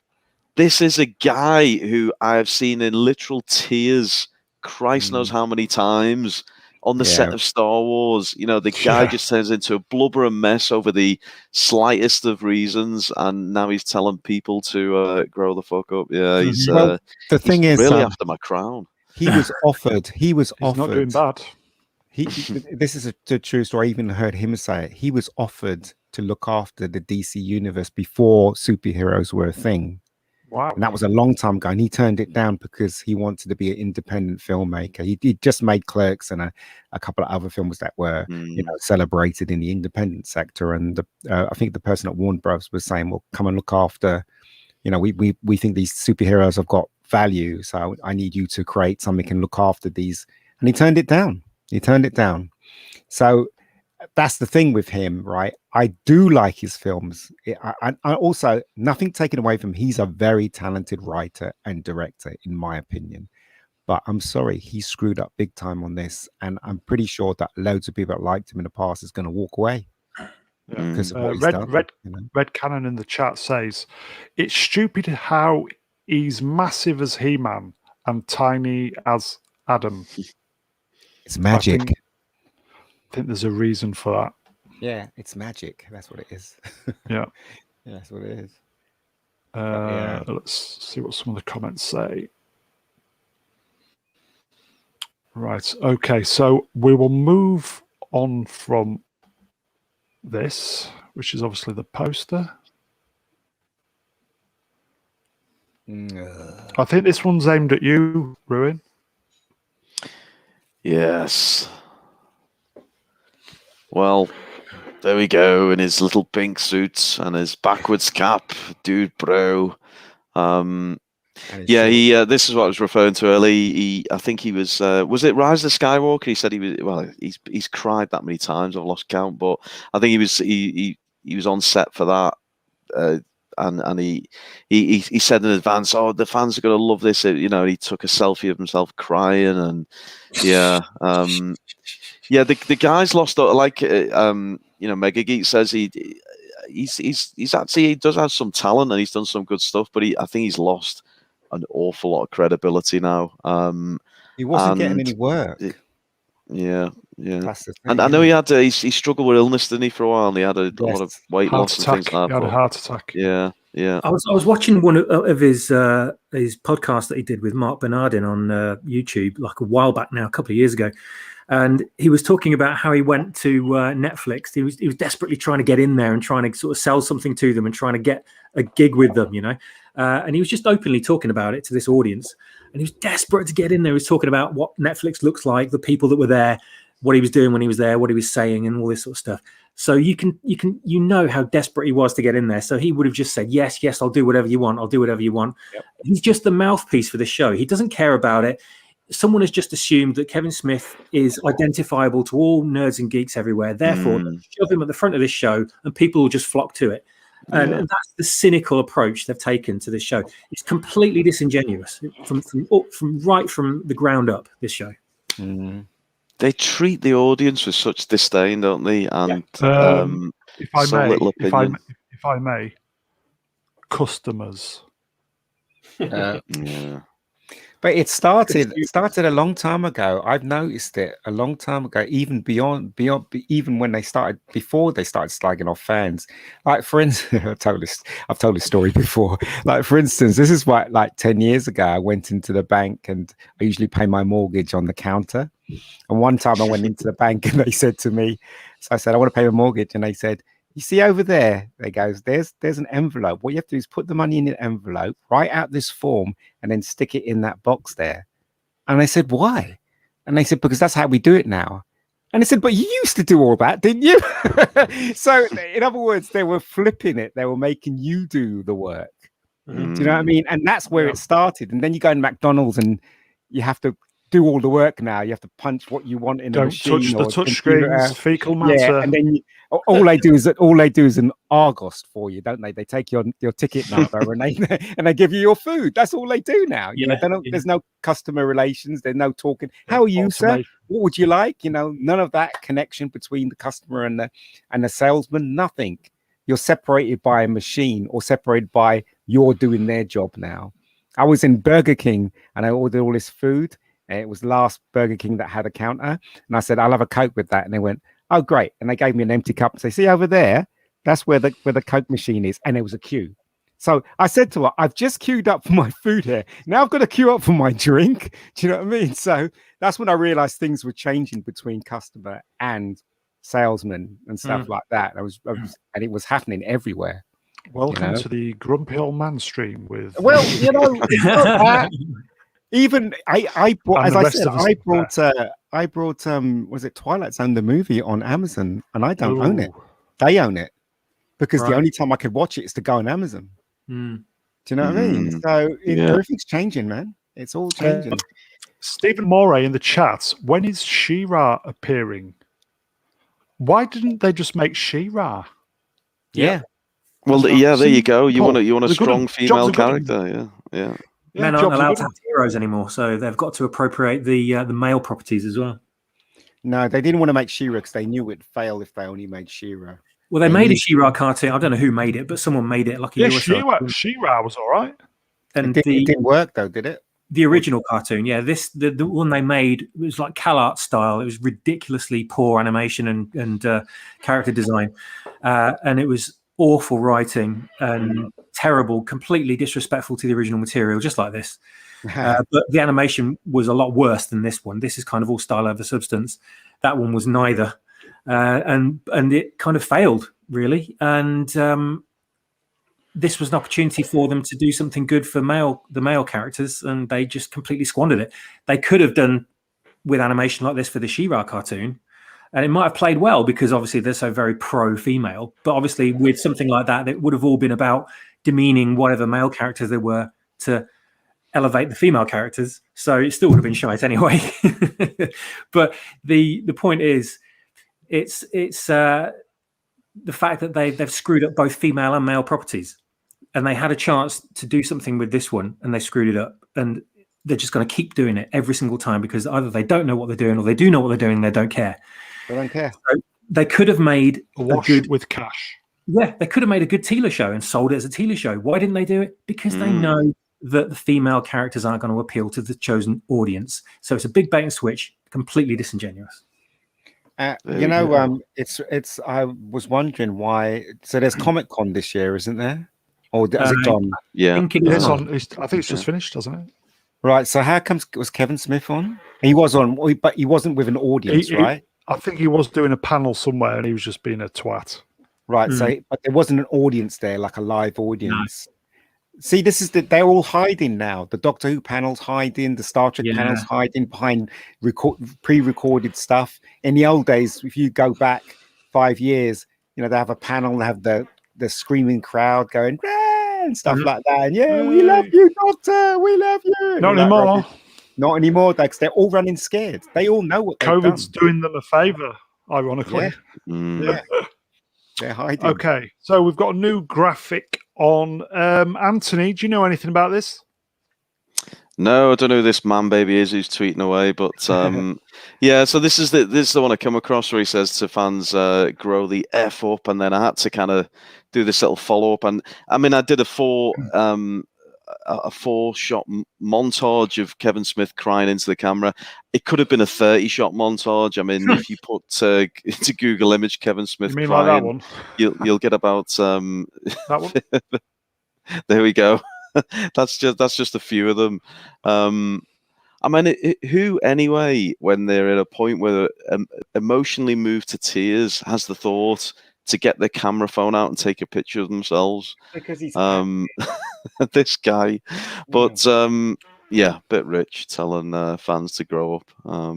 He's still wearing shorts. It's been fun. I've got to say, it's been fun. I kind of, since The Last Jedi, obviously I've learned to take a step back and just enjoy the fallout from these things. And all I would say, if you've got the original VCRs or toys or comics or whatever, treasure these things with your life. Don't sell them. Don't let them rot away in the garage. Treasure them because as Ian said, if you download stuff now, you don't own it. Everything's being remade. None of the original stuff is available anymore. So I mean, I've still got the original Star Wars trilogy even before Lucas started tinker around with the special editions. Wow. Yeah, you just treasure this stuff because it's just now it feels systematic, doesn't it? They're going from beloved franchise to beloved franchise and ripping the heart out of it. It's just asset stripping. Yeah, all we can do is look back, chaps, and there was some great. I'm just grateful we grew up the time we did, and we got to experience some we had it good, amazing stuff. Yeah, they've just done it with G.I. Joe as well with Snake Eyes character. Did you watch Snake Eyes? Was it any good? I haven't seen it, or I'll never see it either. No, I know everything about it though, and it's just another complete waste of an opportunity to create something good. It's one of the most compelling characters, I think, in pop culture, just completely squandered for identity politics, and it's just woke because they've swapped out, they've race swapped people and gender swapped people and God knows what else, and it's just a tedious martial arts movie by numbers, and it's going to be forgotten in a week. It's such a shame, and it could have been great. Some of the big channels were giving it 0 out of 10. That's how bad it is. Yeah. It's just a massive waste. And I'm a huge fan of that character. I have been ever since I was a kid. And whenever any mention of Snake Eyes in films it comes up, my ears prick up, and I think, wow, the possibilities. And then I think, this is Hollywood. There's no way. Yeah. There's no way. I will just say in the chats, Renier, the one and only time we truly do need you on the stream. And you've hello, Rennie, you man baby. But she's driving, so she'll probably come on. She'll probably come on. But I used to have a hell of a lot of respect for Kevin Smith, but yes, now it's all gone now because of this, and it's a shame, really, because as I said before, I do rate him as a filmmaker. I think he's a very talented man, and it's a shame that he's so desperate to get money and be back in the fold that he did this. He sold himself out. Maybe when he looked his mortality in the face, it can do strange things to a guy or a person, I'll say. Well, you know what? The first signs of Kevin Smith being woke was I could not believe his review on Man of Steel, nor Justice League of America. He gave them glowing reviews, and I was thinking to myself, this is Kevin Smith giving these films glowing reviews, and I realized that he was caught in CW to direct a couple of episodes of Supergirl, and he got in. And I figured out that's the reason why he was saying these films are so good. It's because he wanted to work for the CW, and he achieved it. He directed a couple of episodes for Supergirl. So there you go. Perhaps this is his business plan all along. Yeah, I mean, if he just comes out and says, I did it for the money. Sorry, folks. I would respect him. Yeah, but he's not going to say it, is he? So, okay. I don't know. Okay. Right. So we'll try and. Okay. Chop, you know anything about this? I've heard a little bit about this. Yeah, and all I can say is this is pretty rich coming from a guy that spends 90% of his time in schoolboy shorts. Yeah. This is a guy who. He's basically made a living out of the indirectly the geek system. Yeah. And now he's completely turning on them. He was like, hence why he got hired for this promotional role as inverted commas producer. It's because he sympathized and he was one of the geek crowd, but now he's just completely corporately turned against all of them, and he's spewing sort of abuse like this at everyone. It's like, grow the F up, like, dude, just admit you did wrong. Just admit you screwed up. It's no one's fault but yours. Trying to apportion the blame. Yeah, because Gilly writes comics. The guy who got this Twitter from. As a professional, you absolutely do not insult your fan base, or I will say customers, especially pulled off the biggest con job on Netflix. It's douchebaggery of the finest, and Kevin Smith stands at the top of the crass, no longer interested in watching this trash heap excuse of a reboot. He's right. He's absolutely right. It's not good, is it? Kevin Smith lied. There is that is a fact. Yeah. You cannot dispute it. If he was in a court of law, he would have been put away. Yeah. The evidence is overwhelming against him. Yet he stands there in the Comic-Con and talks a load of bollocks. He really does. He gets no excuse. Yeah, I will say, picking you up on that about bollocks, he has got brass bollocks with some of the stuff he's saying, to be fair. Yeah. Trying to make Big his ones. reality a reality when it doesn't make any sense at all. Yeah. Yeah, so it's crazy, right? But it's right. You don't slag the... I can't understand this Hollywood thing of slagging off the customers. No. Even Is it Dan, yeah. who's a calm man, went off on one. Yeah, this. from the Hail Facebook, Dan from the Spacebook channel. Yeah, and he's usually calm. I've never heard him swear on a stream, and on his stream 4 or 5 times. Yeah. Not good, is it? Not good, is it? So let's just see what else we've got. Why we've seen pictures of this guy? Come on. This is from the man himself. He says, I turn 51. God. You turn 51? I turn 51 a week from today. This is what it's all boiling down to, right? I think all this bullshit before is this is what it's aiming at. As we start shooting Clerks 3. But at noon, the cast... Sorry. But at noon, the cast reads the script aloud for the first time! ! Wait. At Brian Cohalloran finds out we kill off his character in the first act! !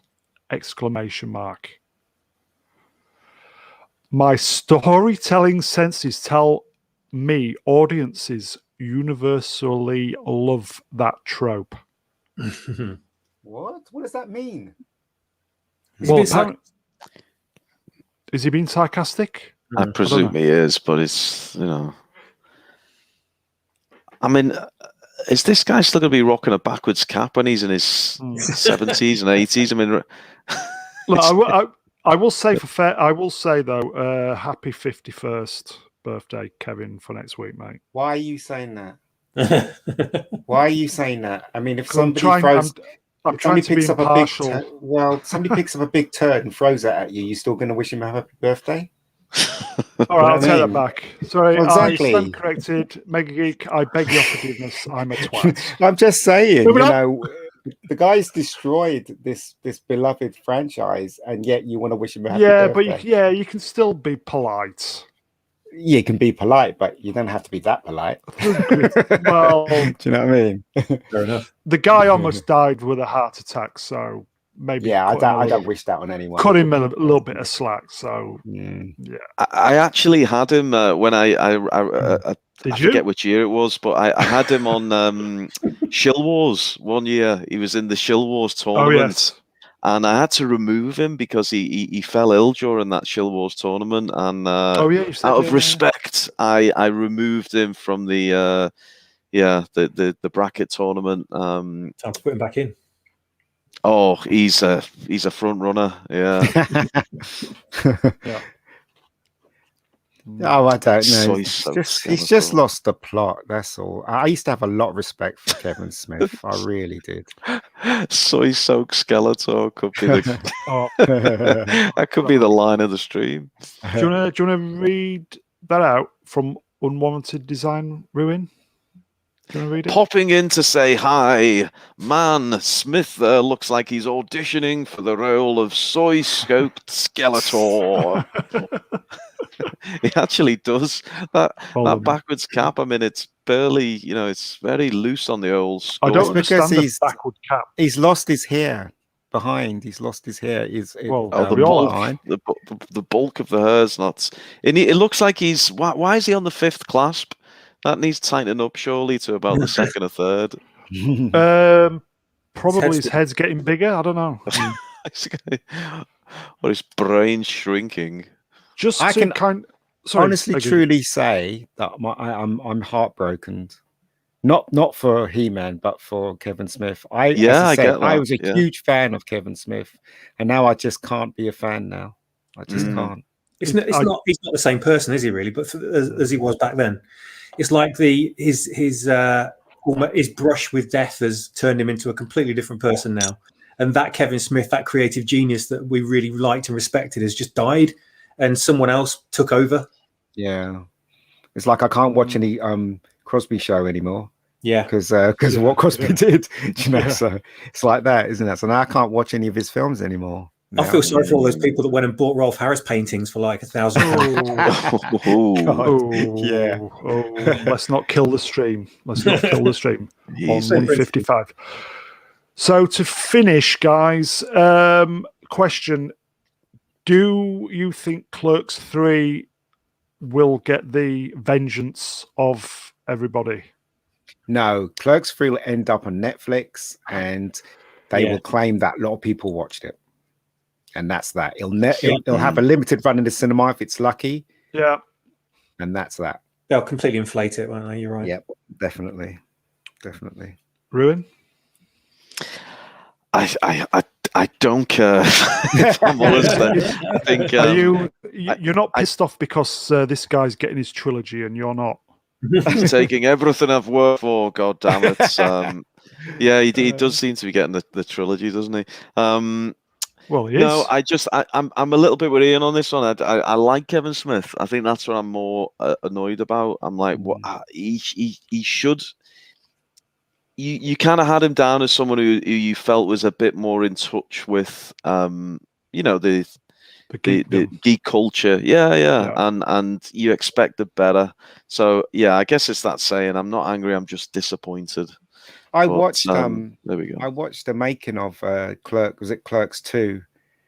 He put it out on. I think it still might be on YouTube. And I watched it and I sent him a message. Can't remember what it was on. It was either. Fuck off. No, he said thank you. He said thank you because I didn't want to watch all of it, the making of, but it was so fascinating the way he made that film, the way they bullied him. You know, they wanted him to take another DP, and he wanted his friend to DP, and he won in the end, and all that stuff. Sorry, moving on. DP, yeah, but yeah, it was really interesting, and he fought for that film, and the film wasn't too bad, the second one at all.